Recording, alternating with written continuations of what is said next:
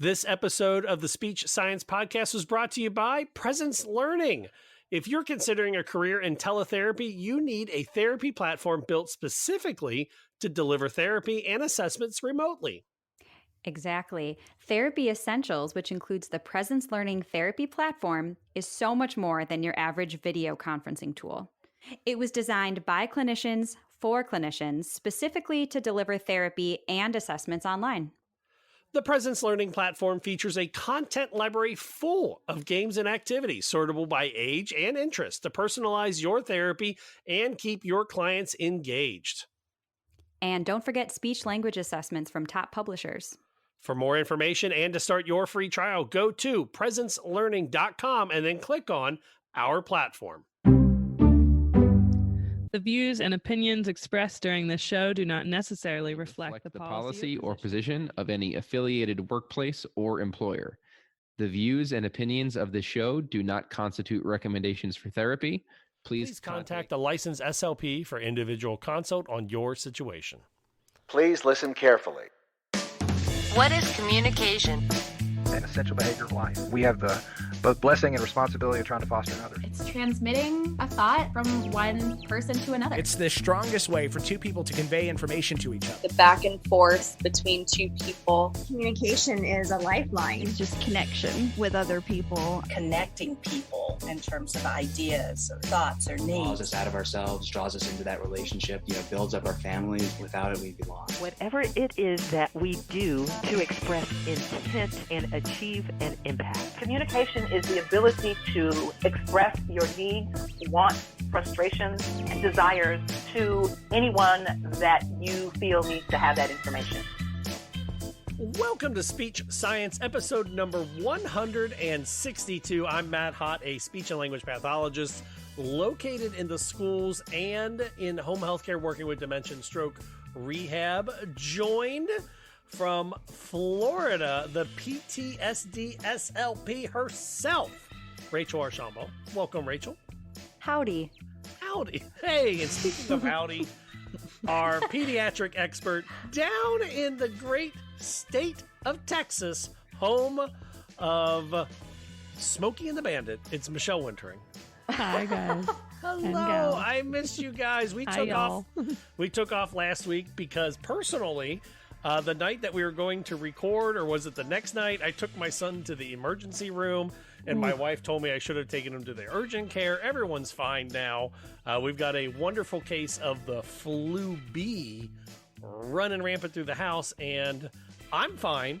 My wife is negative but sick. Our daughter is positive. Our middle son is positive, and my oldest son is super mad because he's got no symptoms like myself, and he gets to go to school while everyone else has been home for a week straight. So he is super mad about that. Oh, poor Mikey. Yeah. But also it was a holiday weekend, so I'm actually kind of really glad that we got to take off so that way we could all focus on our families during the holiday. So you at home, I hope you had a great holiday. On today's show, we are going to talk about the use of scare tactics to get people to get into therapy. We're also going to look at what is going on with Asha in the state of Texas, a new study linking concussions and vestibular and sound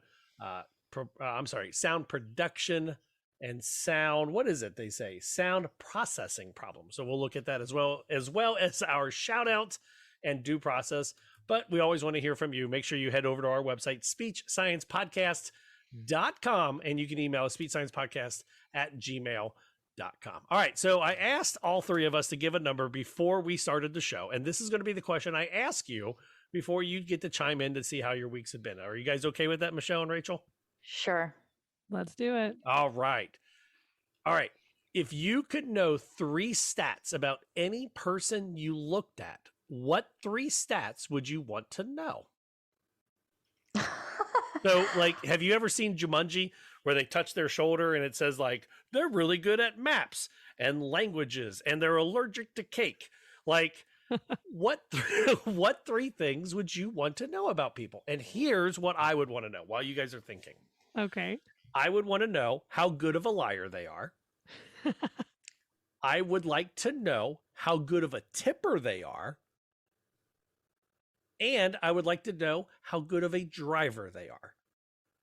Because Everything I'm is not how going to lie, good those of are the a. three All things I right. judge people on. What'd you say, Michelle? Everything is how good of a are they? Well, Like, I mean, how good of a.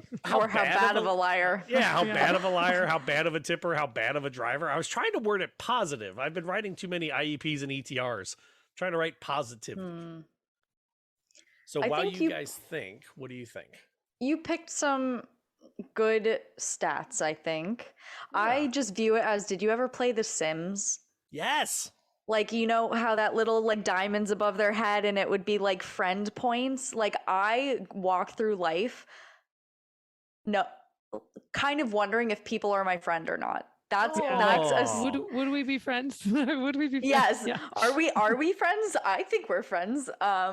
So I would like to see that, or like when there actually is an argument, because I'm the first to be like, are you mad at me? So on The Sims, how it would be like that mad face or sad face, like that would be so helpful to me, to I think neurodiverse people. I think that would be helpful for everyone.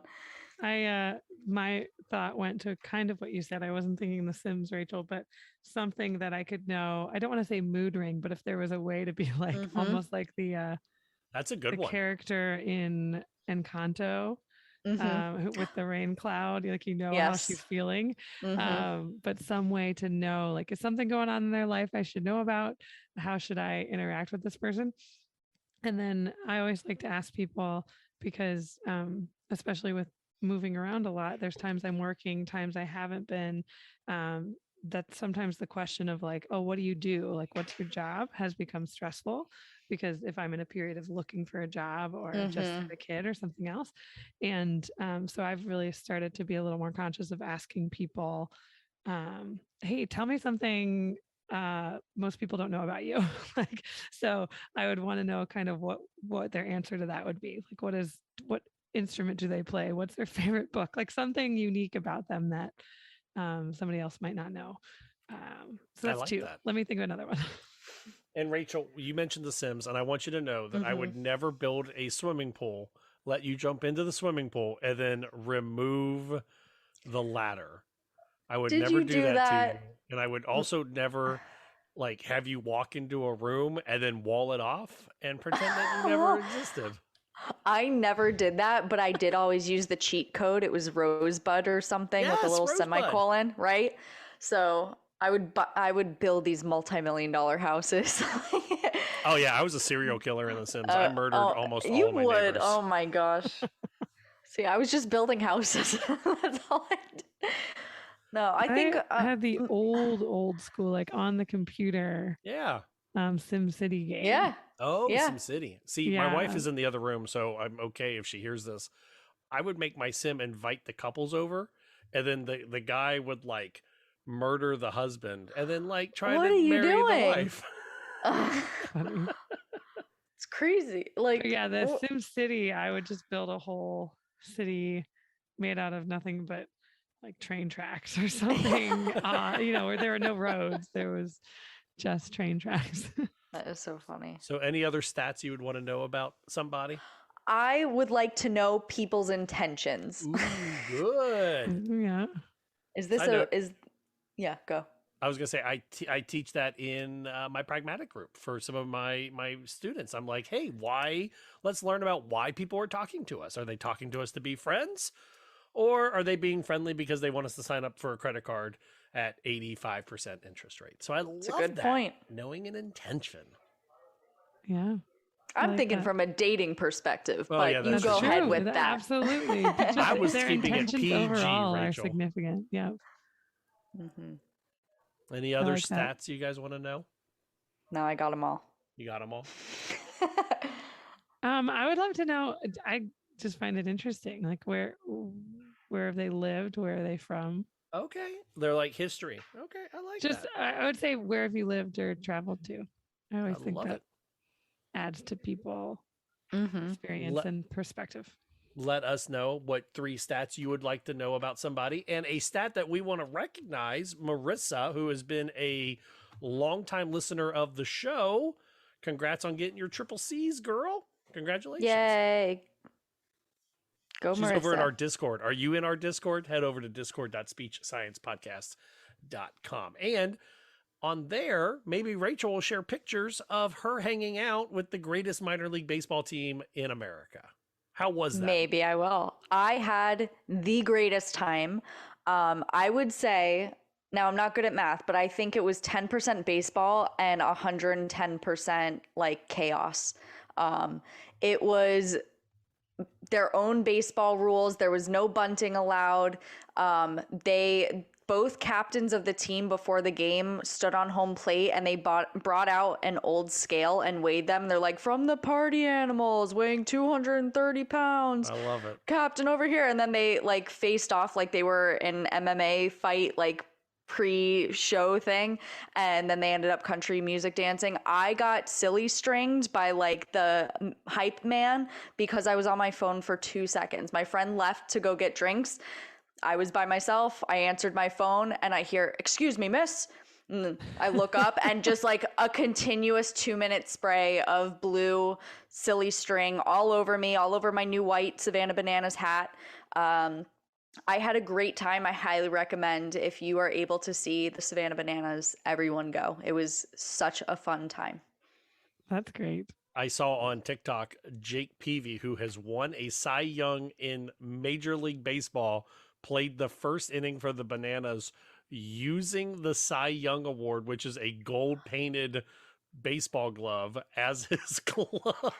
So it was during the game that I went to, which was in West Palm Beach. Johnny Bench, who is a Hall of Famer, very, very like before my time, obviously. But when I've told him, I've told him about, or I've told people about him, and they're like, Johnny Bench was just like sitting in the stands and playing the game, and he can hold 7 baseballs in his hand, and he looks like he was a catcher for 70 years. He's a little bit of rough shape, but it was the most fun. He had a great time, and cool that they had Johnny Bench play. Love it. The Big Red Machine. See, everything comes back to Cincinnati. And I am sure that baseball quote does, because and I'm 100% sure that quote will age completely well all the way through this show. Oh, no foreboding comment at all. Everything always leads back to Cincinnati. Hint. Michelle, anything super exciting for you that can rival the Savannah Bananas? I mean, it is not the Savannah Bananas, but I was in Florida last week. Yes. Way different part of Florida than you. I know this. I was in Panama City Beach, but up in the Panhandle. Way far. Yes, very far from you. But nonetheless, I got to go on an extended my side of the family vacation for a whole week. We were a block from the beach and got to have really good family time, which is so rare, especially with us all being spread out. And I made shirts for the grandkids. Aww. So they had, I should show you all a photo, but there's 5 grandkids. And so I had their names on the back with numbered 1, kind of like a jersey, numbered 1 through 5 in birth order, age order. That's cute. So it was just really good quality connected time is what I'd call it, with family, which is so rare when you're all spread out. Yes, it is. For me, besides the sick house, I got to mow the grass for the first time. So I was pretty excited by that. Wow. For the first time ever? No, just this year. I'm just such teasing. a nerd. I got to listen to a book on tape and mow the grass. Did you put your ear protection on? I do. So good. See, we've talked about this, so I had to. My son's godfather is an audiologist. Shout out to Spencer, and he saw a picture of me one time without ear protection. So ever since then, I have ear protection. I know. That's why I brought it up, because you've given Spencer the shout out for scolding you. I have to. He's my bro. We're gonna golf for not wearing it. All right. So on this show, we always recognize somebody, or we try to recognize somebody doing something awesome. And that is where you can send it in either email or hashtag SSPOD Shoutout. And this week it goes to a Katy, Texas teenager.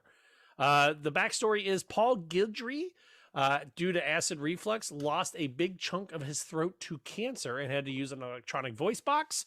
However, the tubes in the throat I'm trying to read his quote, but it says, the tubes throats the noise to the back of my mouth, and that's how I am able to talk. But the problem was the oral adapter holding the tube did not fit correctly. So that is where 18-year-old Georges McSennis, and I apologize if I mispronounced that, used the 3D printer and recreated the appropriate oral adapter. So there we go. That is pretty awesome. That's amazing. Now, I am not a huge knowledge base on VoiceBox, so I'm not used to the one that has the tube that goes into the mouth to the back of the throat. Are you guys familiar with that one? We saw examples of it in grad school, but I've never seen someone using that out.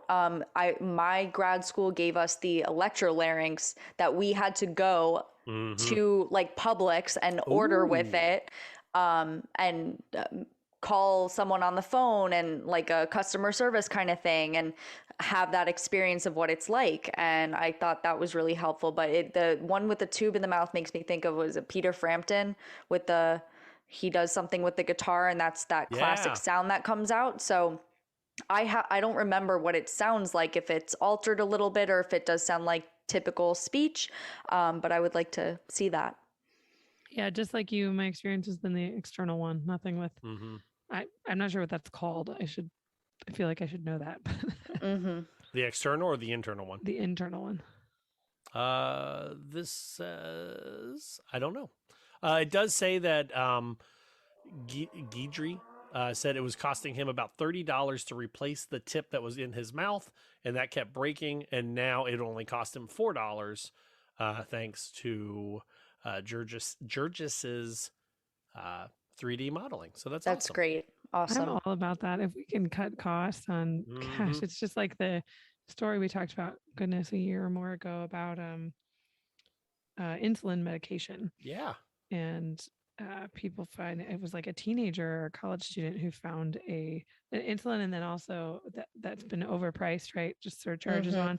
And then EpiPens. Was it somebody, I forget where it was, but I think it was a teen or a college student who came up with a much more cost-effective alternative to sell like at cost. That's great.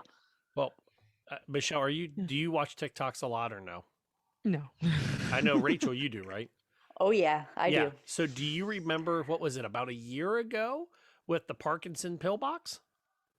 I kind of remember that.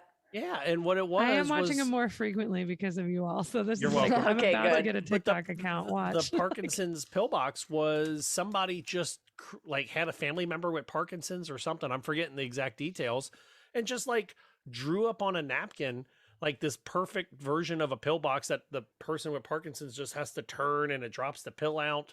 And then he put up the thing, and then another TikToker like took it and then made a prototype, and then somebody else made another prototype, and then they perfected it and then gave it away for free.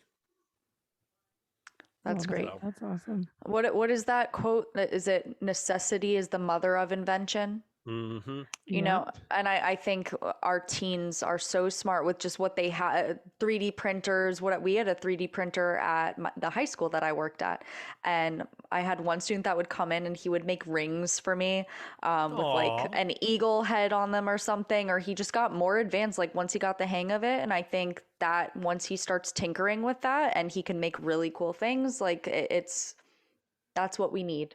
Inventors.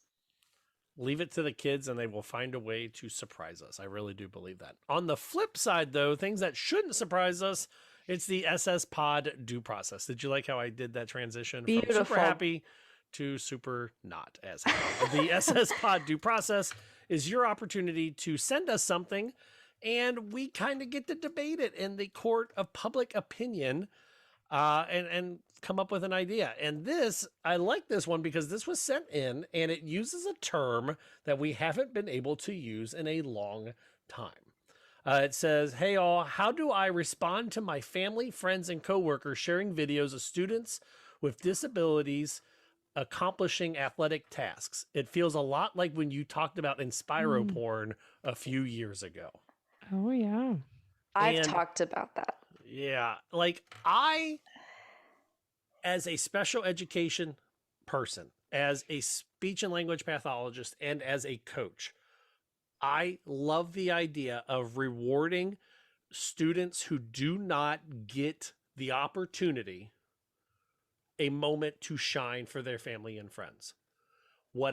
This is me as a coach. What I do not like is that video being shared for online karma. That's where I kind of draw that line. Like, I have no problem where the basketball team puts in the student manager with cerebral palsy or autism to play a couple minutes to get their basket, but it's the sharing of the video that I feel weird about. Or when the team's like, oh, I'm not going to play defense. It's like, no, give the kid the moment, Rachel. So no, I'm just thinking one video that just went very viral a few weeks ago. I saw it on Barstool. It was a blind girl that the coach is hitting a wooden stick against the basket. So she's at the free throw line and she's just hitting it so she can locate it. And she made the basket and everyone went wild. And that's not like what you're talking about, Matt, with like the team not doing what they're doing in sports and letting the kid make the touchdown and everything. And I agree with what you're saying with like, I see these promposals all the time of inviting the kid with Down syndrome or something to prom, but it's the student that is inviting them that's getting the views, that's like, look what a good person I am. And I know the neurodiversity movement right now is saying like even Best Buddies Club is like performative in a lot of ways. So that performative aspect of it, when you're pairing them for that purpose, is worrying to me. And that trauma porn, like kind of stuff, the inspiration, it can be very cringy. And that's something that I'm starting to recognize now is like something's not right with this.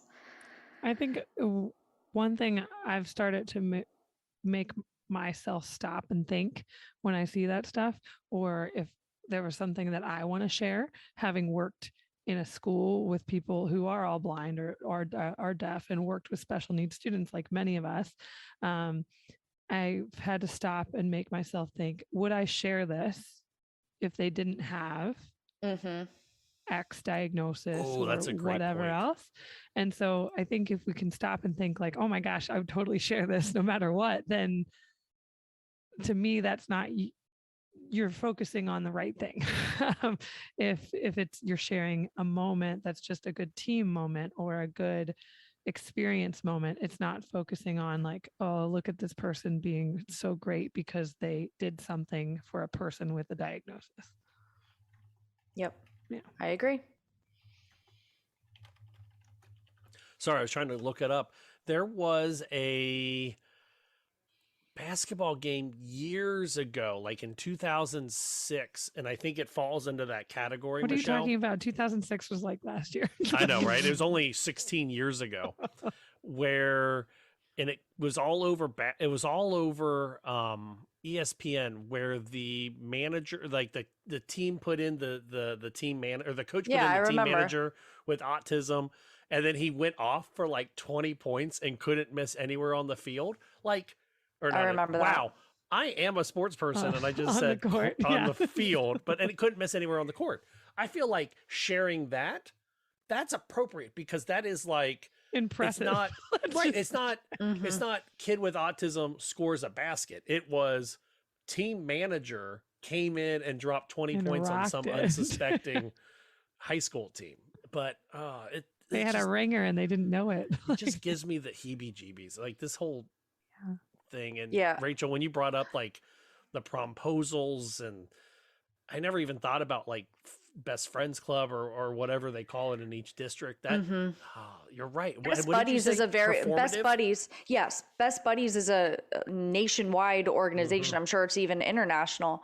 But the neurodiversity movement and some people that are very involved in that say that Best Buddies is performative. That it's why do we need to pair this student with an able-bodied person, using quotation marks, like it, and it's for the benefit of the typical student that's going to college that's saying, look how much time I spend giving back to the community. And so it's for an alternative purpose rather than the goodness of your heart or, you know, spending time being with these students that need assistance or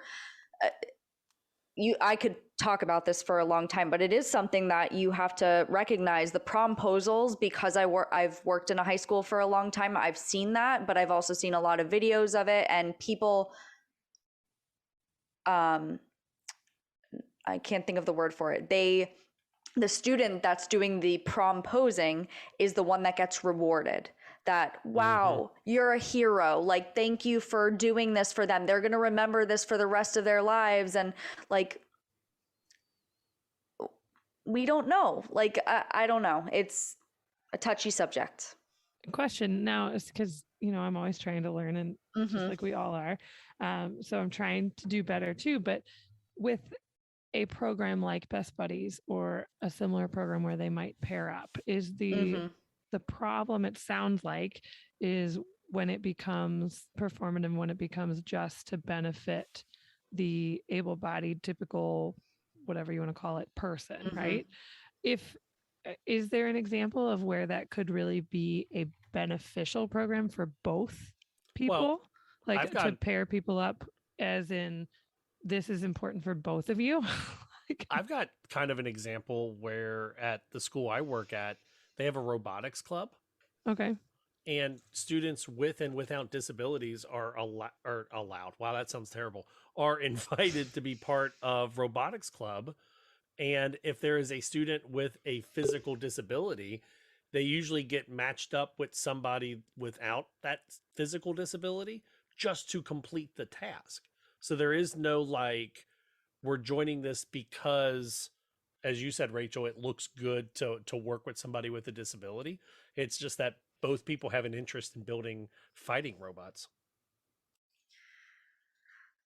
It's tough because I know, I'm trying to look up now. I know that one of the websites that talks about the neurodiversity movement is saying, like, even those clubs that are made specifically for people with autism or autistic people with identity first language.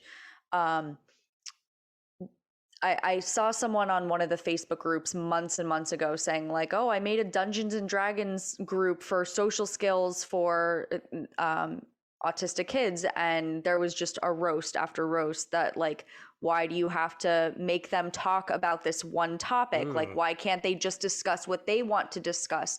So the neurodiversity movement is saying like, let autistic people talk about what they want to talk. We don't have to put these time limits on things. The pragmatic stuff that we've been talking about or implementing as SLPs has, I don't want to say come under fire because that is a gun term that I'm trying to remove from my language as trauma informed, you know, all these idioms that we use. Yes. Right? Yeah. So it's just another way of the neurodiversity movement is saying that let autistic people talk about what they want to talk about. And when you make something like a Dungeons and Dragons club, if that is their interest, you're having them talk about that one subject in a contained area. And I'm still learning about this. It's a lot of things that I thought were like great ideas before that I'm like, wow, that is really confining. That's masking. That's this. So I'm continually learning about it continuously. But would it be okay if it was like a Dungeons and Dragons for the whole school? Yeah. Would that be better? Yeah. Is it okay? I think so. I will look up more of it. We just talked. Yeah, I know. We're trying to figure it out. I know. I'm turning to you, Rachel, but that's because you kind of led that part of the topic. But because I'm like, okay, take that idea and be like, okay, can we have this social group about Dungeons and Dragons? And it's not just for autistic people; it's for anyone who wants to join this. And so, I mean, I don't know. I wonder if that would be an example of something that could be useful, but I'm trying to learn as we go, just like we all are. Absolutely. And then what would be, because, you know, it's confining the topic for any language group is, now that I'm thinking of it, you're challenging me to think of it, is if we're trying to confine topics for any of our language kids, should we not be doing that? Should we be giving them a broader scope for those language skills? So some people say yes, that we shouldn't be limiting those conversations, that we only limit conversations for neurodiverse people. We don't limit conversations for neurotypical people. And I could spend hours like reading these. But I think we do, as speech pathologists, we do limit conversations, not just for neurotypical and neurodiverse people when it comes to us kind of controlling the therapy room. Do we? Well, I mean, I think you see that with teachers too, though. Yeah. Yeah. There's, within the neurodiversity movement, they talk about like neurodiversity affirming non-ableist pragmatic language therapy. Okay. So that's a whole other thing. It's like that we could talk about. I need to learn. Yes. So we could talk about that another day, Matt. I don't know if you heard that. No, I heard you, but I was coughing really hard over here, so I apologize. I know, both of your poor voices. Yeah, if I go silent and I just leave, just continue the show without me. And I apologize. Sipping on water over here. Don't restate the question for the class. No, I need to read up more, especially on what is the term you just used, Rachel? Is that a thing that can exist? A neurodivergent affirming social group? Yes. Yes. Okay. Yes. And I think part of it is not treating. The word treating is like something to fix. It's offering the skills that the student wants. If they want to learn how to be communicators with neurotypical people, here are some ways that you can identify how they're feeling, how they're doing. These are things that we can teach, but it's not must do this or must not talk about special interest washing machines for 45 minutes at a time. Like, that's very limiting. And we don't do that with people that, I hate small talk, which is interesting that I'm on a podcast and it's about small talk, but we don't say like, you know what, I'm kind of done with your conversation. Like we do in certain ways, but we don't do it as harshly. We don't force things. And that's that masking that we're teaching them to act neurotypical. For our benefit. This movement, though, of neurodiversity affirming, to me, makes sense in the realm of speech pathology, because I'm going to use the word treatment, because when we're providing our services, whether we're in a hospital or a different setting, in a school or a clinic, it's just like, to me, the best doctors that I've seen are those that are patient choice affirming, right? Like they provide me, hey, here's all your options, and this is the information I think you need to know, and it's your decision because it's your body, you're the patient, your call.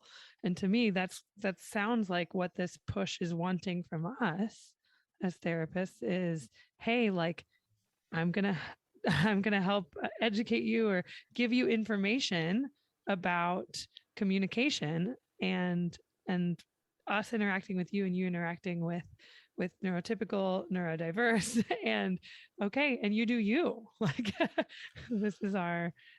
Is that right? Am I on the right? Yeah, and I've been slowly adding that into my therapy groups over the last 3 years, where it's changed from you have to do this to we now talk more about communication as power, and here's how you can show power. Here's how you can give up power. Here's how you can steal power.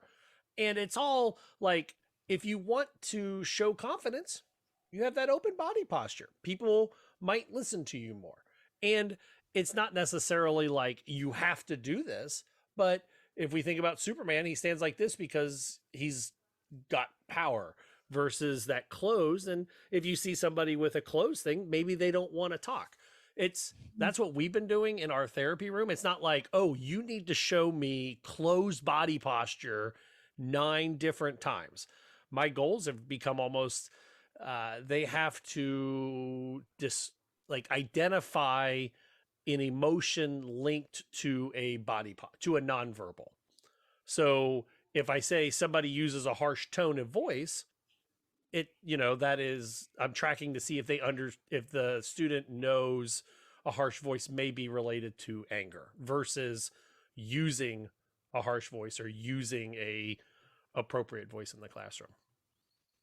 Also, I could be way off, and I'm okay with that to be taught to change that too. Learning and we're learning. Yeah. This is becoming, I would say in the last 2 months, Instagram, the speech Instagram has completely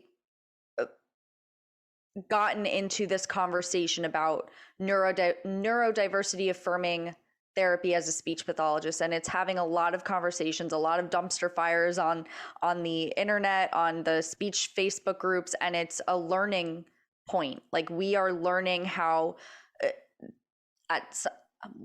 what I was taught in grad school, just from like the language that we used, was always person first. So this is something that's new, that I automatically, my brain goes to person first language, a person with autism, a person with this. But now we are learning that autistic people prefer to be called autistic, identity first language, and it's listening to autistic people say, this was harmful, like eye contact goals. There are still SLPs writing on eye contact goals, and it's like, I don't know if I'm neurotypical. Well, I have ADHD, so I'm not.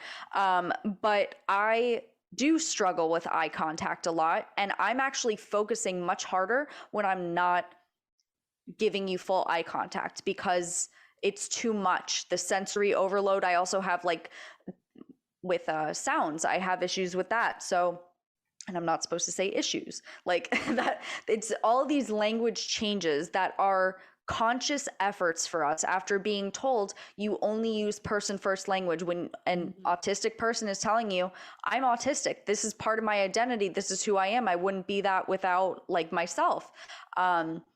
This is something that we can look into. And it's not like, oh, I'm going to go ahead and call every person autistic, or I'm going to continue to use person first. The first thing I do is, hey, how would you like to be, right? Yeah, ask, how would you like to be referred to? Are you a person with autism or an autistic person? And that's when I will write in their, IEP or whatever, this is uses identity first language, uses person first language. These are little things that we can do to help understand, and reading about it is going to help us become better therapists. Hey, slightly off topic, following what you just said. And I know I've mentioned this before. It's interesting for me, having worked a lot with the deaf community and with the blind community, who have long ago embraced the identity first language, as an, I am a deaf person, I am a blind person. And then to see that move into autistic communities saying, I am autistic. Yes. And I'm curious to see, is that going to, I think that's going to continue to shift into other pockets of the population choosing to use an identity first because it is something they consider part of who they are. I might have mentioned this. Sorry, Rachel. No, go ahead. May have mentioned this on air before, but one of the research studies I was part of in undergrad looked at an in sports psychology course that I took. My undergrad was in psych. Focused on this identity of athletes, and that there was, I'll have to find the study, but a clear distinction between when someone says, for example, I play soccer versus I am a soccer player. Interesting. And I've thought of that a little bit with this idea of identity first, because there's a difference in leaving that sport and moving on from that sport. Because somebody who says I am a soccer player, it is part of how they define themselves. Like, if they list who they are, it's going to be part of that, versus someone who says I play soccer. Usually there's, like, our language does make a distinction with that as to the identity of that person. And I think that carries over into, I'm broadening this a little bit, I'm generalizing a bit, but into certain career fields too. I mean, even people like we say, I am a speech language pathologist. You don't just say, oh, I do therapy with kids.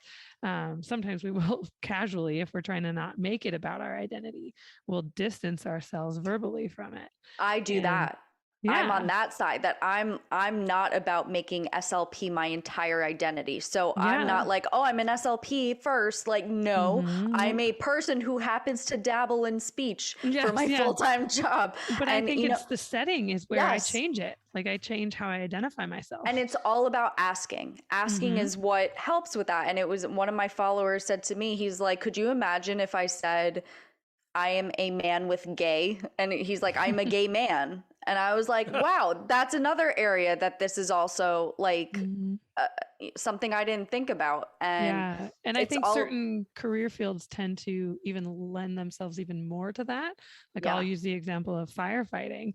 You know, I'm a firefighter because they're part of this culture and this community that is way more than just I clock in and I clock out.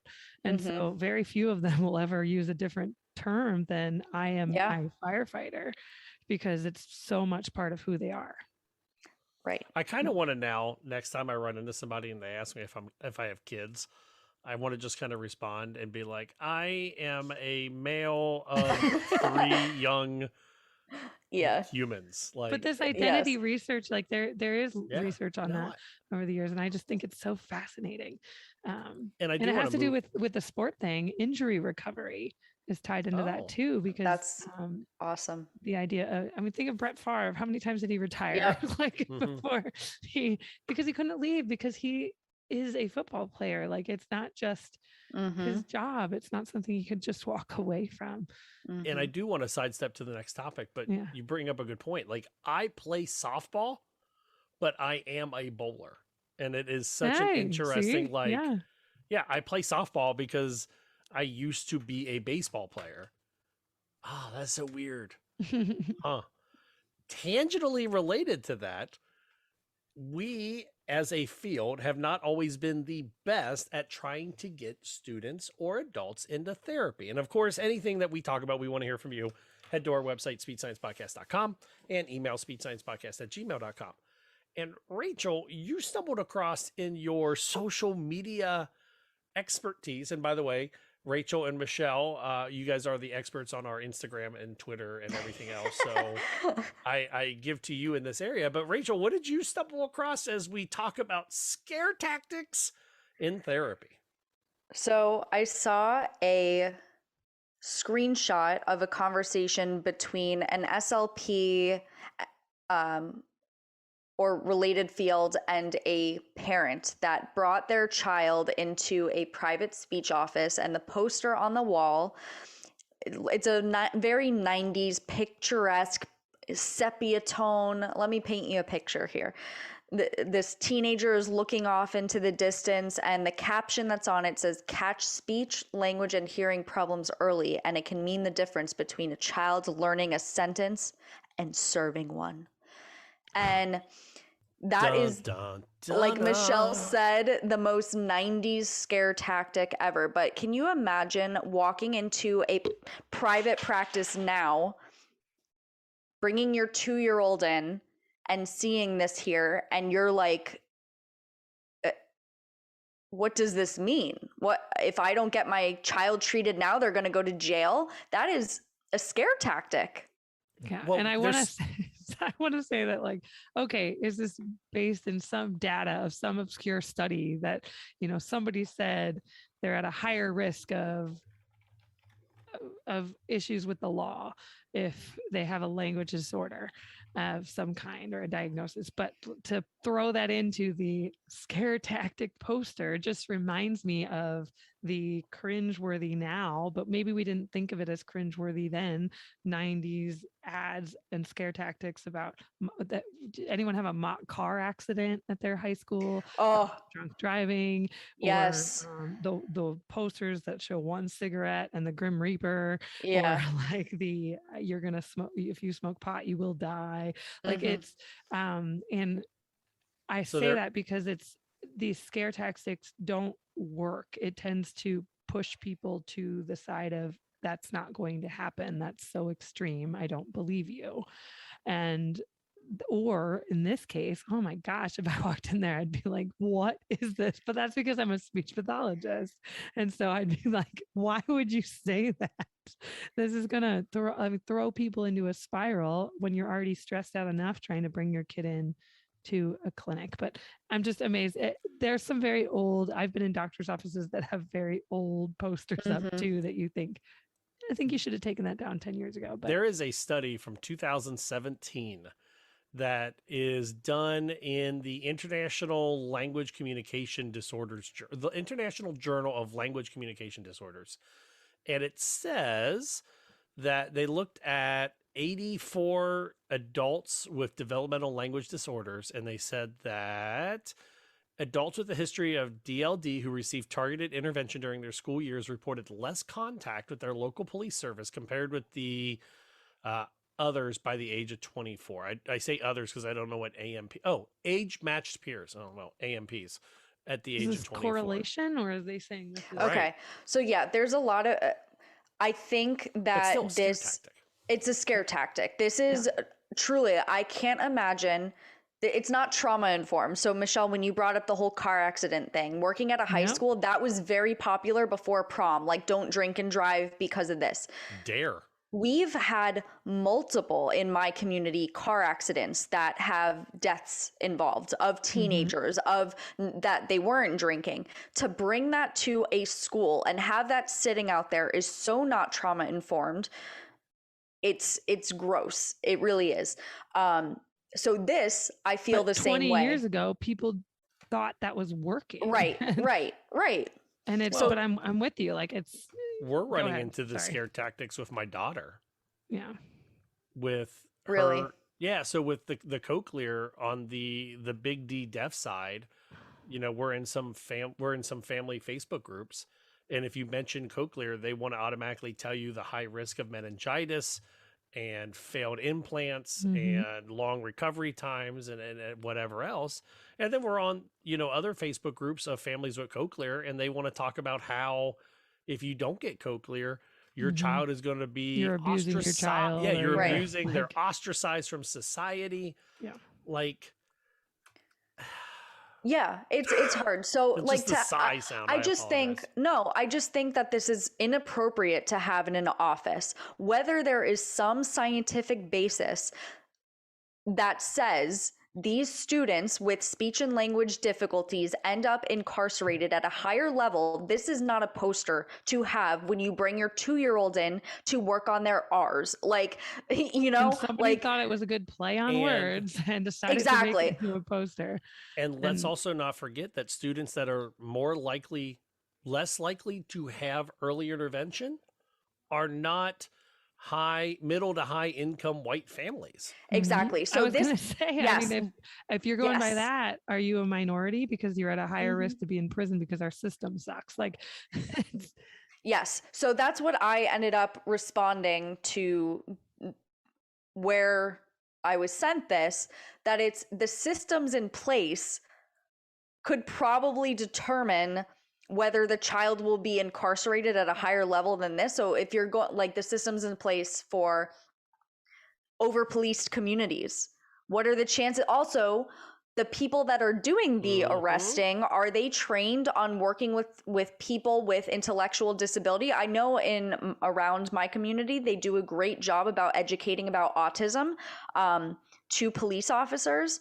But at the same time, if the students aren't able to communicate, that's going to result in a little difficulty. So whether this scare tactic has some basis of truth, this is wholly inappropriate to put in a private practice to scare parents from saying, what happens if I can't afford this early intervention? Or is my child going to go to jail at some point? Like, it's not the right thing to do.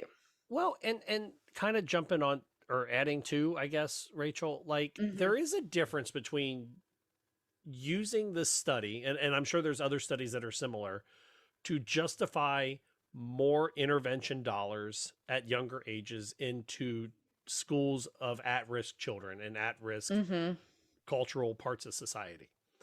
There's a difference between using it to justify that and in advertising for a private practice or advertising to make money off of it. That's true. I think maybe that's part of it, where if this was part of a PowerPoint presentation to a school board to say, we need more special education because 60% or whatever it is are more likely to end up with negative impacts down the road with alcohol and police interaction, I don't think there's a problem with that, because we do. I mean, it's still a scare tactic, but what we're trying to do, you're using some data to make a change. Cherry picking. To make a change. Yeah, you're right. That's it. To make a change. Michelle, you're 100% right. It is using it to make a change versus, hey, come see me as a therapist, because if you don't, your child might end up in jail. Like, that just feels gross. There's scare tactics from doctors and stuff too, and just like you said, Matt, it does make you like cringe and skin crawl a little bit, because they're like, if you don't do this now, X will happen. And it's a this equals this, instead of I'm giving you information, just like we talked about in the last segment, and helping you be informed. I just think of, Michelle, I was telling you about it. I think of back to Mean Girls when Coach Carr is giving like the sex talk with the whiteboard, and he's like, some of you will have sex and you will die. Like, it's just like, and every kid in that room has tuned him out. That's what, like, if that was reality, we all laugh because we've experienced that to an extent. Right. Not to go into too much detail, but my freshman year, they showed us STDs. I went to an all-male high school, and they showed us. They did this a lot of places. We did, we've done that too. Yeah. But like, I mean, like when you're telling a male audience what can happen, you go, oh God, like, I don't know. So there's scare tactics for everything, but this poster being up in a private clinic is concerning to me, that you have parents that are bringing their children in to help with their children's communication, and this poster staring them in the face saying, if you don't, this will happen. We don't know what life circumstances these families are going through. Will they be able to continue with paying for therapy? Is this something that is going to take therapy forever? It's not an appropriate thing, in my opinion, to have on the walls of a private clinic. Not just your opinion. Yeah, I think all three of us agree with that. Good. We don't always agree on here, guys, but yes, there you go. I think we do. I think there's a reason that we all do that. Anywho's, we want to hear from you. Head over to our website, speechsciencepodcast.com, and email speechsciencepodcast@gmail.com. On the other side of the break, we're going to check in with the Informed SLP, and then we're going to look at a new study linking concussions and the vestibular system, and then also what's up with Asha. We'll talk about that in a moment. You're listening to Speech Science.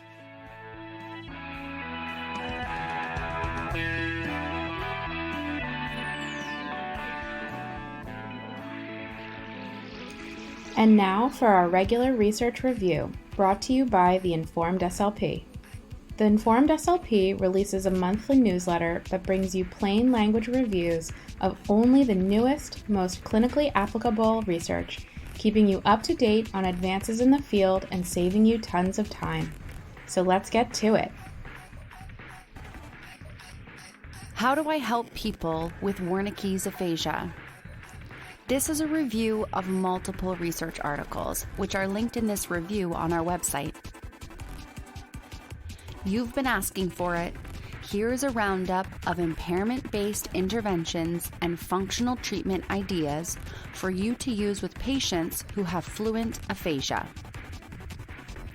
Me, giving a facility screener to a new client post-stroke. Can you answer yes/no questions? The client, with all the confidence in the world, yes, I can bathe and dress myself. Me, furiously scribbles notes to assess for likely Wernicke's aphasia. Oh, Wernicke's aphasia. We learn about the symptoms and diagnosis in grad school, and then cross our fingers that we only ever see textbook Broca's aphasia.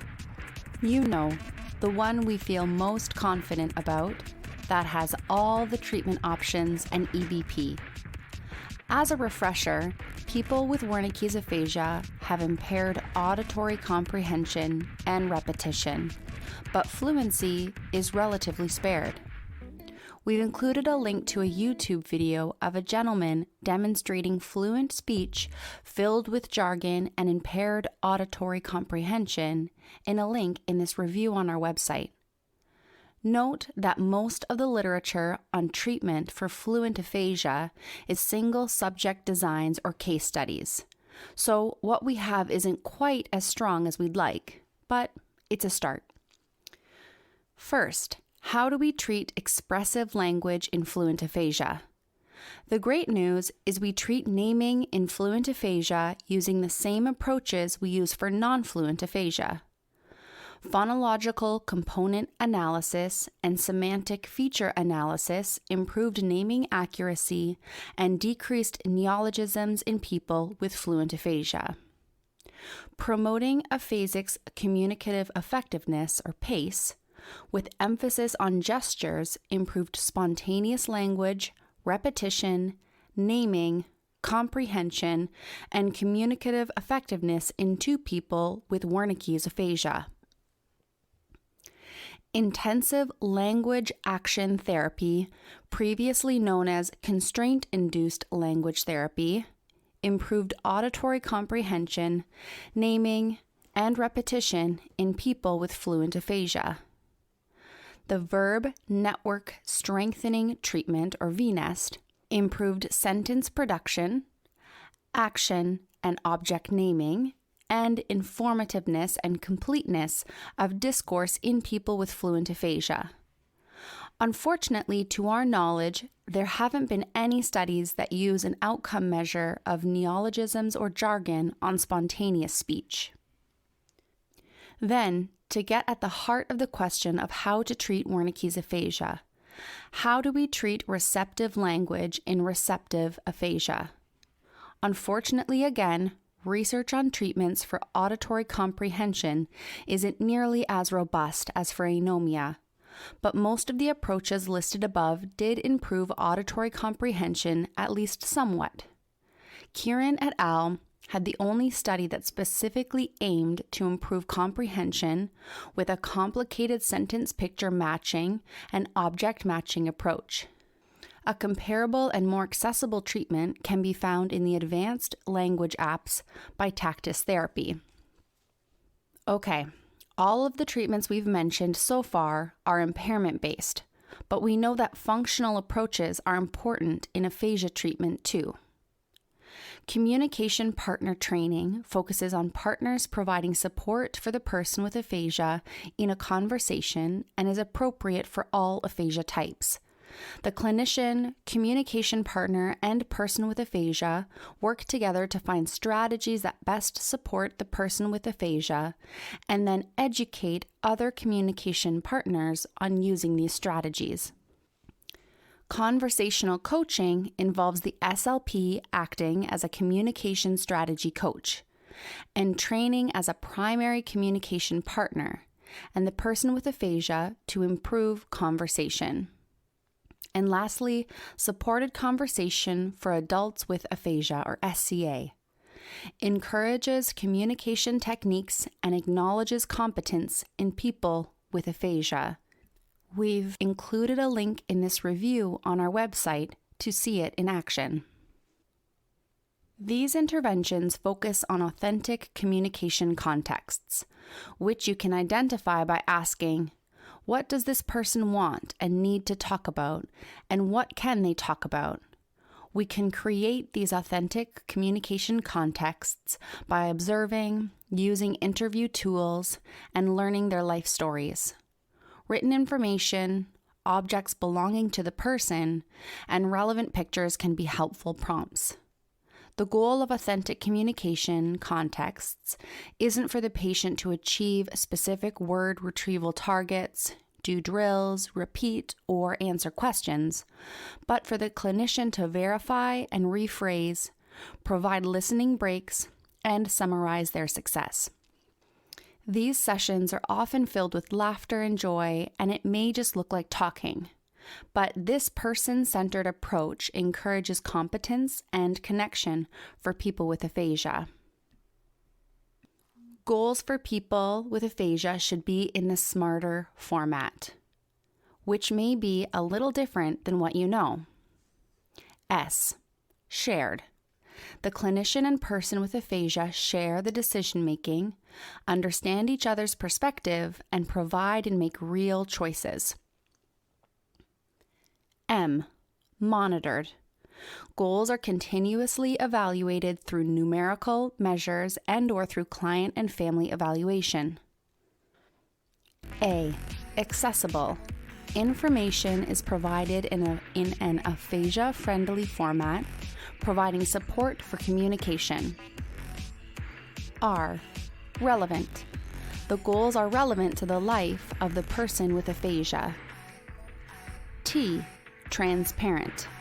Lists, metaphors, and analogies like steps or ladders are used to help the person with aphasia understand the treatment process. E. Evolving. The goals are revisited and revised regularly with flexibility with the acceptance and rehabilitation process. R. Relationship-centered. Relationship is critical to the therapeutic process, and the clinician and client bring themselves to the table as real people. Here are some great examples of person-centered goals using functional approaches and the SMARTER approach. The person with aphasia and their communication partner will increase the quality of communication interactions as the person with aphasia decreases jargonous output by 50% or greater during a 15-minute conversational sample. The client and his communication partner will increase the quality of communicative interactions as the person with aphasia increases intelligible speech output from 0 to 7 words or phrases during a 15-minute conversational sample. The person with aphasia will increase her communicative efficiency during a 15-minute conversational sample with a designated communication partner by increasing the use of word retrieval strategies such as writing, drawing, gesturing, pointing to pictures within a visual scene, and pointing to the first letter on the alphabet board by 50% or greater. Aphasia is often chronic, and it takes time to learn to live with it. Maybe our main goal isn't to help people get over aphasia, but to learn to fit it into their lives. Incorporation of a home practice component may promote generalization. See Honeycomb Speech Therapy for great information on home programs, which we've linked in this review on our website. We hope this gives you a solid jumpstart to confidently treating Wernicke's aphasia. And just in case you need it, here's a favorite flowchart, which we've linked in this review on our website, of different aphasia types to print out and keep handy. Thanks for listening to this review. If you're interested in more, come visit us at www.theinformedslp.com. Tell us how you put the research into practice, or find us on Instagram, Facebook, or Twitter at The Informed SLP.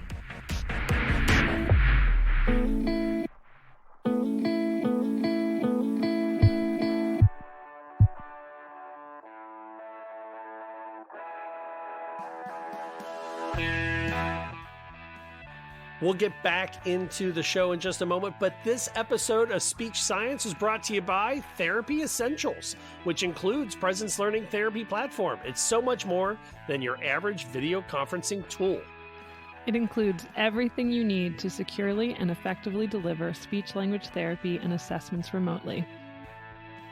Michelle, the hardest part of teletherapy for me was always having a robust selection of therapy materials, because everything I have is either 2D or the toys. So it's wonderful that Therapy Essentials has a content library full of customizable games and activities that I can personalize for my therapy sessions to keep my clients engaged. Plus, you also, Matt, have the ability to upload your own therapy content and materials. So when you have those things you've already made, you can use those too. Plus a collaborative workspace with multiple camera views so you can see what your clients are doing and they can see what you are doing. And live in-person chat support that can keep you on track. Presence Learning Platform has everything you need to confidently build your teletherapy career. Michelle, if they want to learn more, where do they go? You can start your free trial today and learn more at presencelearning.com. Be sure to click on our platform at the top of the homepage.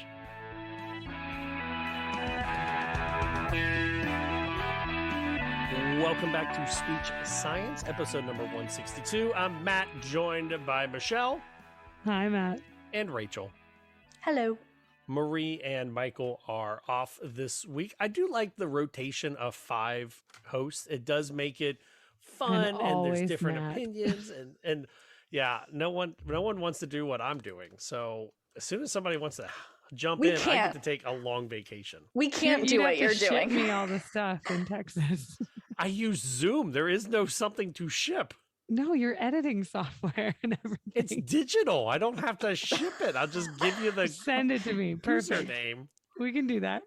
Oh my goodness. Hey guys, I don't know if you want to start planning this because when this airs, this will drop somewhere between the 25th and the 28th. In a couple of days, it's May. Better Hearing and Speech Month. Are you guys doing anything exciting? I did really last thought year it was and Better hated Speech it. and Hearing Month. I thought it was also BHSM, Connecting People. That is the theme.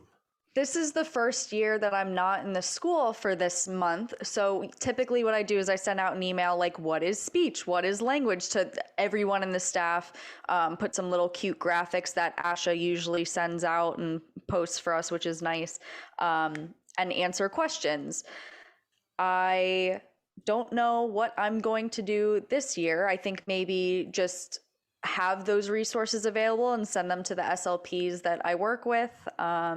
And yeah, I hope. Yeah, Asha says their theme this year is connecting people. And if you're not familiar with it, with what happens over on the Asha website, I learned this last year. They actually make materials that you can print out and give to your teachers. So you do not have to reinvent the wheel. Week 1 is talking about schools. Week 2, inpatient settings. Week 3, outpatient settings. And week 4, home for the SLPs and workplace for our AUD friends. Oh, that's great. I didn't know that they do it in different settings, but that's super helpful. But who prints anymore? I'm sending an email. I'm not putting I in there do all because I like killing trees. I did print things still though, because I put like a sucker, a lollipop with each one about That's voice cute health for teachers, especially because that's true. Educators are people who often have overuse. Definitely of their vocal folds. Definitely. I think that's a great idea. I also wanted to bring up that this month is the month of the military child, and I had no idea until I walked into a school today that everyone was wearing purple, and I was like, did not get the memo. But yeah, but you have purple on, do you not? So this is now you do. This is my sleeping shirt. It's got beer on it. I have beer. It's a Hefeweizen. So no, not that one. Did not wear this to the school today. No, I wore a cute little professional outfit, and everyone's wearing like purple. And I was like, "What is this?" And I actually thought it was something to do with Columbine because this is actually the 23rd anniversary of Columbine. So I Googled it, was not the correct answer, and I found out that it is the month of the military child. So yeah, I know. I have 2 of those living in my house. You do. You do. I have a couple military kids, but yes, there's been a lot of they call it Purple Up for military kids, and it was yesterday at my kids' school, and but all month long there's different events and things and people wearing a lot of purple. Why purple? I don't know why on the color choice. I'll have to look that up, but maybe like Purple Heart. Maybe, and maybe it's connected to that. It could be. I do know there's often dandelions on it. And the idea being that dandelions are, I know they're considered weeds by many people, but they will grow anywhere. And the idea of the analogy of a military child being like a dandelion that they will grow anywhere, and the resiliency That's so cute with moving around. So I'll have to find out why the color purple, but there's a lot of things you'll see with dandelion. Oh, that's really okay, nice. Here we go. Why purple? This is according to veteran.com. There's a tradition in the military referring to the color purple. One use of the color involves the phrase purple suit, which can refer to a military activity or organization that includes civilians and or multiple branches of the military. And in the context of April 15th, this tradition continues. Purple indicates that all branches of the military are supported. All the service colors are represented, including the Air Force blue, Army green, Navy blue, Marine red, and Coast Guard blue, said to combine for the mutual benefit of all into the color purple. Huh. Oh, well, I didn't know that. You've taught me something new. I mean, I do know the term green suitor is used for a person in uniform, like a soldier. Oh, I didn't know that. So I didn't know that the purple was for the That's nice. combination. Yeah. Yeah. Oh, and according to veteran.com, one event is Purple Day, should not be confused with Purple Day, which is an epilepsy awareness day held on March 26th. And I did have a friend ask. Purple Up Day. Actually, Courtney, who has been on air, who's a military spouse and an SLP, she had asked about organizations to support military kids. And I know one that might be of interest to speech pathologists is connected through, let me get the right title for you, but connected through reading, I believe. And it is an organization. I'm going to find the link and get the title right. I think that's really cool about the dandelions. Like, that's a really beautiful analogy. And Michelle, I just... Yeah. Oops, sorry, Rachel. No, I go thought ahead. you were going to finish. I was going to say, and Michelle, every day is Mother of Military Children Appreciation Day. Just so every day. Thanks. Every day. Yeah. Oh, yeah. Here you go.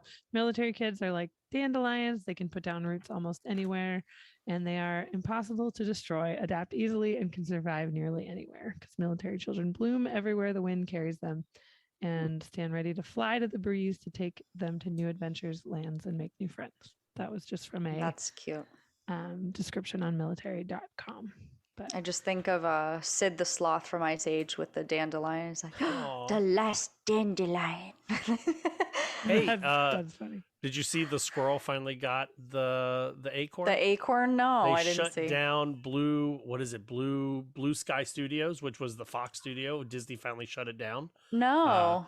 And their goodbye video was Scrat eating his finally acorn. Got the acorn. I didn't see that. I have to look that up. That's cute. I do need to find that. Yeah. So the organization is called United Through Reading, and it's worth looking up if you can. But it's a way to connect families with a deployed service member with their kids by having them pre-record or read books to connect them. So.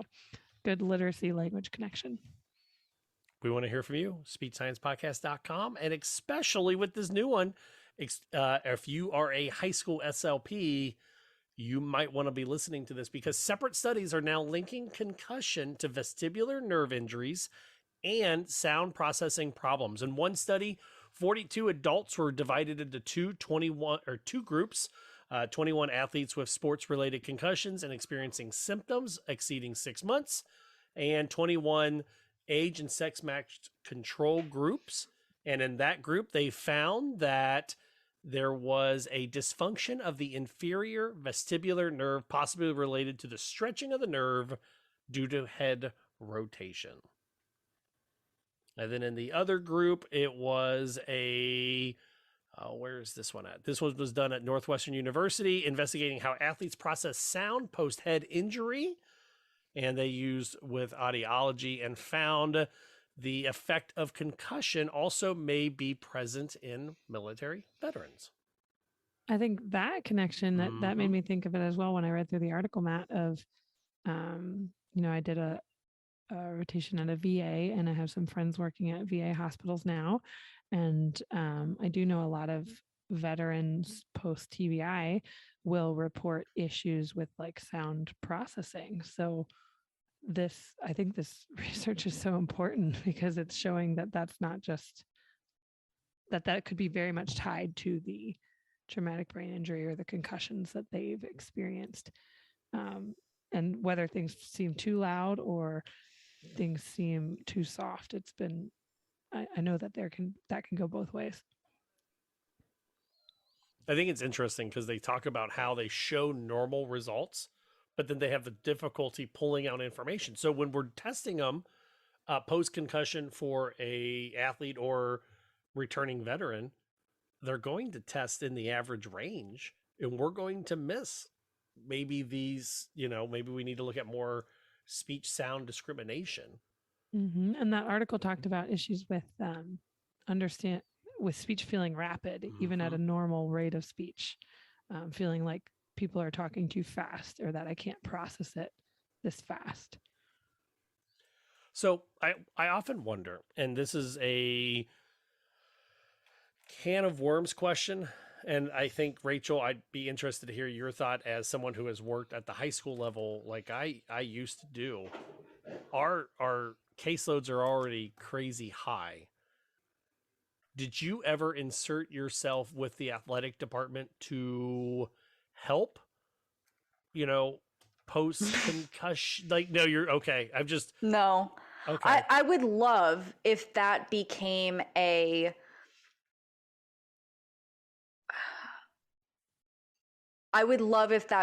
something that they were aware of, but just I'm trying to think of the process about how that happens. We do have eligibility of like TBI. We are able to say that, but it needs a medical diagnosis.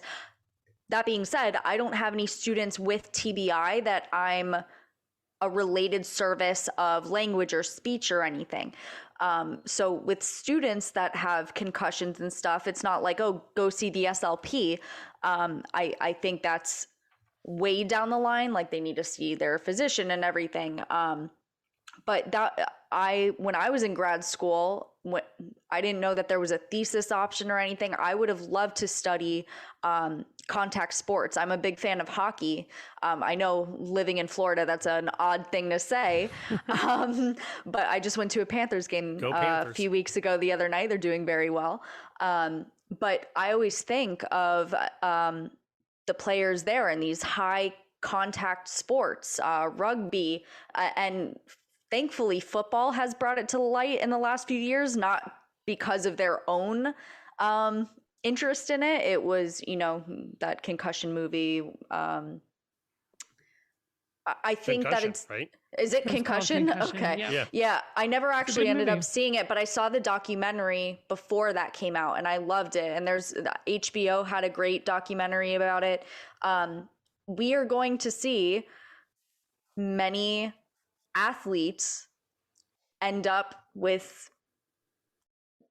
they have concussions. Even was it Giselle, Tom Brady's wife, made some comment like 2 years ago about how many concussions he had, but he had 0 recorded. So it was like, what do you mean he had a concussion? Like that's the whole purpose of these doctors on the team, are to assess, does he have a concussion, does he not? And yet he was able to play with multiple concussions in a season. So we're going to be seeing a lot of these athletes come down with, TBI related issues in the future. I've heard a former football player talk on the radio, and he said his coach told him that when the referee asked him what day it was, you always say Sunday, because the odds of you not playing on a Sunday was very slim. And so that way it was, you could pass the concussion test because it was like, what's your name? What city are you in? And what city you are in is like a 50-50 shot. You're either at home or away. And what day is it? It's Sunday, coach. It says persistent symptoms included in the vestibular group: dizziness, anxiety, balance issues, headaches, nausea, and difficulty focusing with depression. And we've already touched on the other one. So be on the lookout for that. Near the end of every episode, we like to say, "What's up, Asha?"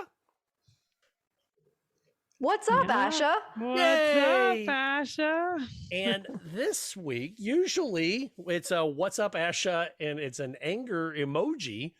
This week, I think we might give the thumbs up emoji or the heart. So I don't know if everyone's been watching what's happened in the news lately, but there's been a couple law changes in Florida and Texas. I mean, not in Ohio yet. They're trying to pass it. And the Asha Board of Directors has decided to withdraw the commitment to the 2024 Asha Convention in Dallas, Texas. They've carefully considered a wide array of factors and voted to exit Dallas based on the discriminatory legislation in the state of Texas. Now, I do apologize. Is Texas calling it the Don't Say Gay, or is that just Florida? That's Florida. Florida. Okay. Hello. Hi. Yeah. Hey, we got both of those states I know. at least represented geographically here. Well, and I did read something interesting. It said that people are wondering if the next step, are they going to also pull Orlando? Because I think we go back to Orlando in 4 years, 5 years. Mm-hmm. Yeah. But we've had a lot of Orlando in the last 15 years, I think. But yeah, we'll see what Florida does and see if I think this was a very strong statement coming from Asha. However, it was just sent to Texas SLPs, right, Michelle? Which is, yeah, I had not opened this email yet. And then you sent it to us, a screenshot from someone, I believe. And I went, wait, did I get this email? Because I am a Texas SLP licensed here. And I opened it and I had the full statement, which we can share the link to, Matt, because it is available online, but it was not sent directly to all Asha members. It was only sent to, I believe, Asha members located in Texas. So, it's worth reading over because I was not aware, for example, that in let me open it. I lost the page. 1995. 1995, that Asha had previously terminated contracts for the convention in Cincinnati, Ohio in 95 because of discriminatory LGBT legislation. And then again in Phoenix, Arizona in 2015 due to immigration legislation. So this is not the first time that Asha has made a statement in this way. I'm happy to see that they are. I will say, Matt, you did say law, so I will just clarify. I know it was several episodes ago, a month ago or so, that we talked briefly about this on air, but my understanding reading through it with the Texas statement from the governor is that it's not a law, it's some kind of directive. I forget what they would call it. So really there's no like legal bearing to it, but it's the statement that is going to cause, it's a scare tactic if we're going full circle for families and for educators and people in hospitals. That's going to create a lot of concern and issue. So I think that it is good that there's a strong statement coming from Asha. Yeah, it says discriminatory legislation. I don't know the definition of legislation exactly. Does that mean like a bill or something is being passed and then they say directive? But it's licensed professionals are supposed to report parents to state authorities if their children are receiving gender affirming medical care. So it says that the directive puts risk for Asha members working with minors in Texas in a bad position.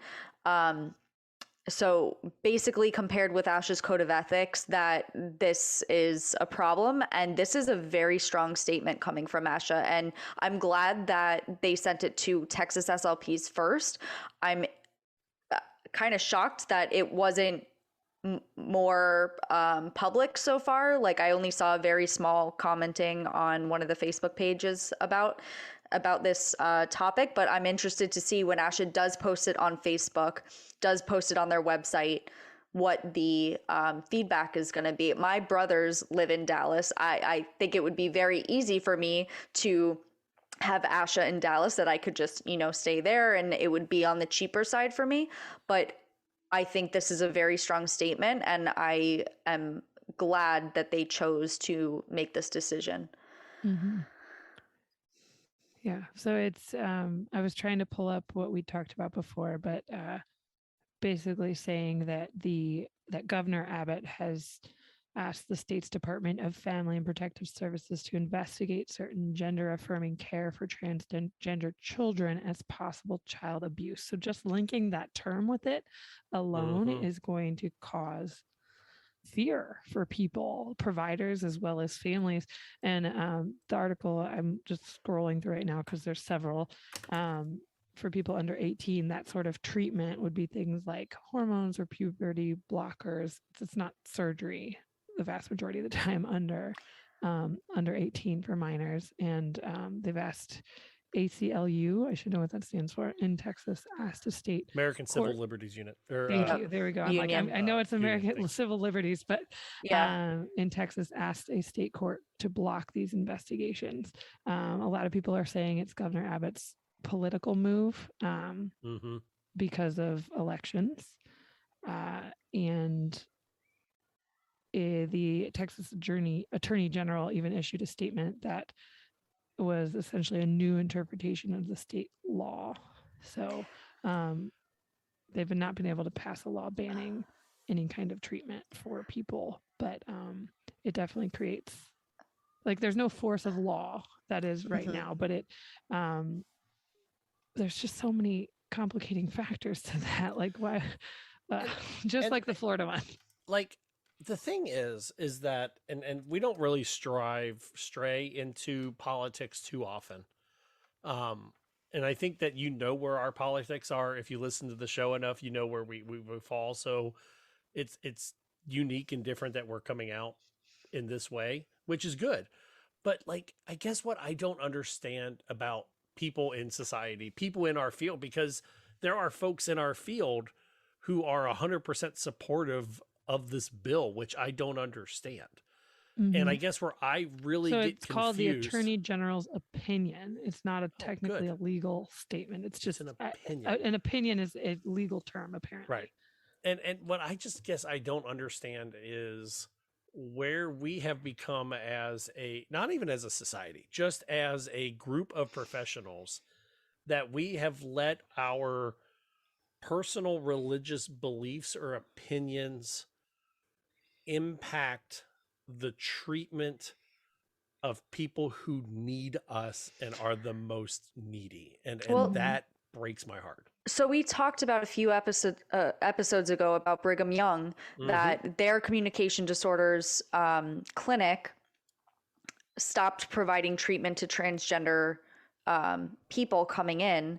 And Asha put a pretty good statement together saying that they're looking into the legality of that they were going to maybe look at taking away the Asha, not certification or whatever it is for that school.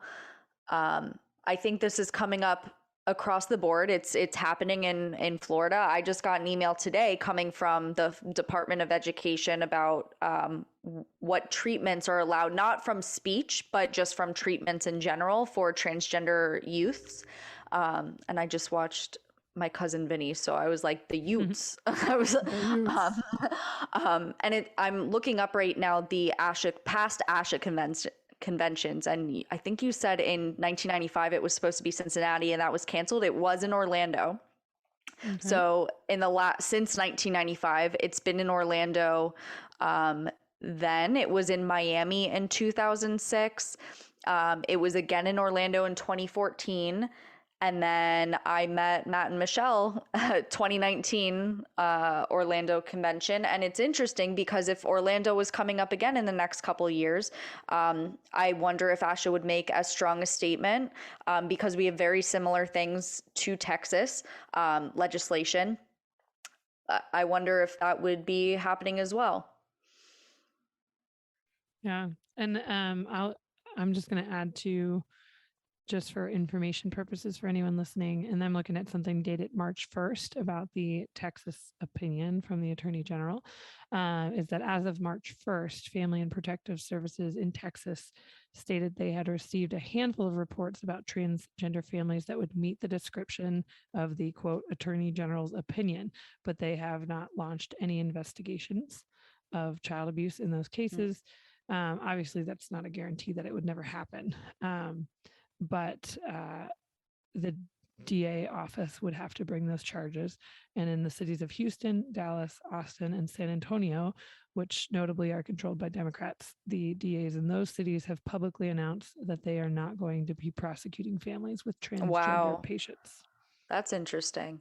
So, so there's some pushback happening already, and I'm happy to see that Asha is too, because I think it takes big statements to draw attention back against this as well. And that's coming from an NPR article on March Okay. And I'm looking at upcoming Asha conventions on the website. So actually the one that we are discussing that was canceled November 21st through 23rd, 2024 does say location to be determined. So they have changed it. And I think that email went out today, Michelle, from Asha. So they're moving very quickly with this location to be determined. They have upcoming Asha conventions till 2031. You can see where they're scheduled. It's going to be in New Orleans this year and also in 2027. Washington, D.C., Boston, Philadelphia, Colorado, Georgia, Los Angeles. I think this is a very strong statement coming from Asha, which, yay. What up with Asha? What's up, Asha? Congratulations. No, it's good. And sometimes we pick on Asha and we ask, what do their dollars do? And this is what their dollars do. So I am 100% okay with this. The music in the background means our show is almost over. And I found out that this is the part of the show where a lot of you guys, Rachel, Michelle, Marie, who's not here, and Michael, are worried about when I ask you, what are you doing in the next week that is not speech related? I didn't realize I was causing so much anxiety. You still have to answer the question, but I apologize for the anxiety that I am giving you. And the reason I always say without speech therapy is because, as we talked about earlier, we are more than SLPs. So even if you call yourself a speech language pathologist, identity first, more to you. You know what though? Like, I was thinking about that the whole time of the show. When someone asks me what I do, I don't say I'm a speech therapist. What do you say? I say I work with children on language acquisition. I work with strokes and dementia rehab in adults. I work as an SLP in schools and in a nursing home or home health care. Okay. But I do say I am a bowling coach and I am a father. So you are a bowler. I mean, I've noticed sometimes this is me reflecting back, that I'll say that title more when I've been in a move or in between employment, as though I'm like holding on to that as part of me, like versus, oh yeah, I work in a school with kids with whatever. I work as a speech pathologist. And instead I'm like, I'm a speech pathologist. I still am. That's fair. I only introduce myself as an SLP in meetings with families when they're like, this is so-and-so, the gen ed teacher. Matt, you want to introduce yourself? And I'm like, I'm Matt, the speech therapist. I feel like Bruno with the spackle. Like, if you guys have seen it. Okay. I got that analogy. Yes, thank you. All right. So anxiety issues aside, and I do apologize, what are you guys doing this week that is not speech related? Oh, I can still hear you, Rachel. Oh, Rachel can't hear us. Can you hear us? They died. It's okay. That's okay. Rachel, what are you doing this week? Oh, nope. Oh, Rachel lost her AirPods. I can hear you now. Okay. Okay, there. Okay, Rachel, what are you doing this week that is not speech related? Okay, Michelle, you go first. What are you doing this week that is not speech related? Okay. Oh, and we lost Michelle. Now I can hear. The end of I don't the know show. What's happening? So that question caused so much anxiety. It just derailed. Computers broke. AirPods went down. So Rachel. Yes. Anyone that is like has no idea, this is a radio show, and I will probably leave all this in because it makes me laugh. But Rachel's AirPods died, and then Michelle's computer crashed right in the middle of that question. Rachel, what are you doing this week that is not speech related? So my cousins are here from New York. So I actually took this past Monday off to go be by the beach with them. They have 2 4-year-old twins. So I usually am chasing them around the pool. So I think I'm going to see them on Friday night, hanging out with family. And that's about it. I'm going to take it easy this weekend. I love it. Saturday, probably yard work. I'm trying to replace some fence line and getting stuff taken care of in the yard. And then on Sunday, I am leading my son's little Cub Scout pack or den over at the local flower and garden shop so we can learn about pollinators in the area. And then we are planting little plants into pots for Mother's Day. Fun. Yeah. I still enjoy doing the Cub Scout, Boy Scout thing. So I like getting the kids outside. So that's great. My oldest likes going with me. I'm not sure he's an outdoors person. The middle kid is definitely chomping at the bit to go camping. So. Aw, that's adorable. Were you ever a Cub Scout, Boy Scout, Venturer, Girl Scout? No, I wasn't. I did all the sports. I've never been camping. What? Yeah, I went to sleepaway camp for a month, and that counts. That counts. Yeah, Were you in a cabin? Yes. Okay, I'll count that. Okay, that's fair. I'll gatekeep the camping community. Okay, no, I wouldn't mind it. I think. Oh, Michelle's coming back. Yay! I will say that camping is you either love I will say this, that if you do not like camping, you haven't been to a good place to camp. And I say that because I feel like everyone's got a different level of what they enjoy camping. I'm going to throw in there, I just joined this because my internet died at the perfect time when you asked that halfway through that question. But you're saying camping, but how do you define camping? And that's what I was just about to say is like, for me, my favorite camping is to take a backpack and a tent and go walk into the woods until I have no cell phone service and sleep. I love that. But camping can be as well as going out into the woods in a Wi-Fi air-conditioned cabin and getting away. And that's why I say that for people that don't like camping, you just haven't found the way you like to camp yet. Some people will say camping is in an RV. I think that's a very optimistic view that you have, because I feel like there are those camping gatekeepers that's like, nope, camping the only way, you have to be dirty, you can't shower for 10 days, and you have to be there. I think they think the rest is... They mean backpacking. Glamping.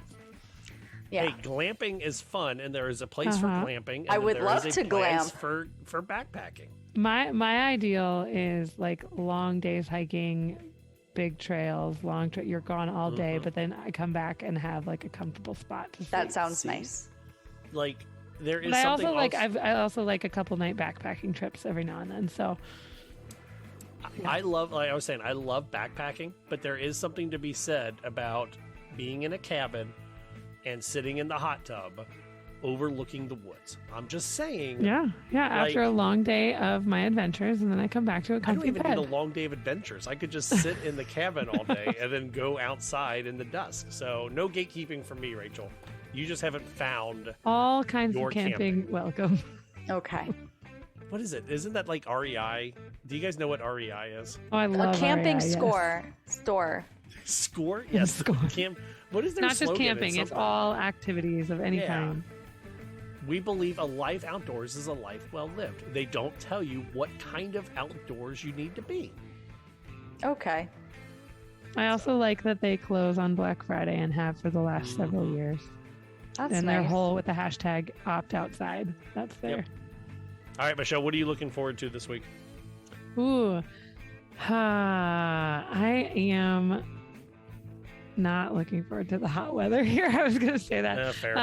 But I am looking forward to water, like being around water. There's a lot of lakes around here, and in the hotter weather, I like to be out near the water on our little stony beaches or out and about. Okay, one more quote when SpongeBob's like, water. That's what I think. I thought you meant you like wanted a drink of water, and I was like, "Oh my gosh!" Like I'm looking forward to water. Our I have water. Our intro music today was "Please Listen Carefully" by Jazar, licensed under an attribution and share alike license. Oops, almost got that wrong. Our bump music was County Fair Rock, copyrighted John Deku. Find his music over at soundcloud.com/DirkDogMusic. The Informed SLP was At the Count by Broke for Free, and closing music was The Slow Burn by Kevin MacLeod. They're both licensed under a Creative Commons Attribution license. And the immortal words of Janice Wright, who I got to see last week at the Ohio Alumni Association meeting she gets for a the shout out Communication Science Disorders. I told her that. I told her we still use her quote, and she just kind of smiled in her Mrs. Right way, and then told me that she was going to send me an extern next year. So I don't know if that was a threat or a promise, but I know it's going to happen. But in the immortal words of Janice Wright, always be a willow. The oak looks strong, but it will crack under pressure. The willow, with its roots running deep, will bend and return to shape when the pressure is off. For fellow willows that are missing, Marie and Mike, and the willows that are here, Rachel, Michelle, and myself, Matt. Until next week, so long, everybody. Bye.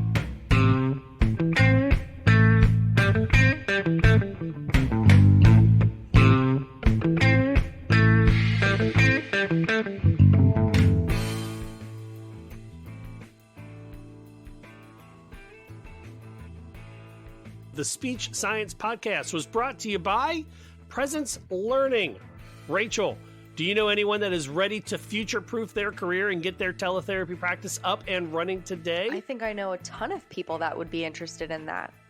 You can with Therapy Essentials by Presence Learning. For more information and to start your free trial, visit presencelearning.com and click on our platform at the top of the homepage.